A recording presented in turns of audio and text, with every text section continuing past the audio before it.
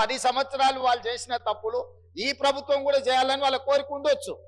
కానీ ఈ ప్రభుత్వము ఒక నిర్దిష్టమైన ప్రణాళికతోని కార్మికులను ఆదుకోవాలని, ఆ సంస్థను బ్రతికించాలని, ఈ రోజు ఆ సంస్థను ఆర్థికంగా బలోపేతం చేయాలి అని ఈ రోజు అహర్నిశలు కృషి చేస్తుంటే వారు పదే పదే వారి గతంలో ఆ కార్మిక శాఖకు గౌరవాధ్యక్షుడిగా ఉన్నారు. ఆనాటి ముఖ్యమంత్రికి ఈయన ఎట్లా తొలగించాలనో అర్థం కాక ఆ కార్మిక సంఘాన్ని రద్దు చేసిండు. ఎందుకంటే ఈయన తొలగించాలంటే ఏం చేయాలనో తెలియక వాళ్ళ అంతర్గత సమస్యలు వాళ్ళ ఇష్టం, వాళ్ళ కుటుంబ సమస్యలు వాళ్ళు ఏమైనా కొట్లాడుకొని, కానీ ఆ కార్మిక సంఘాలనే రద్దు చేసింది వాళ్ళ అధ్యక్ష.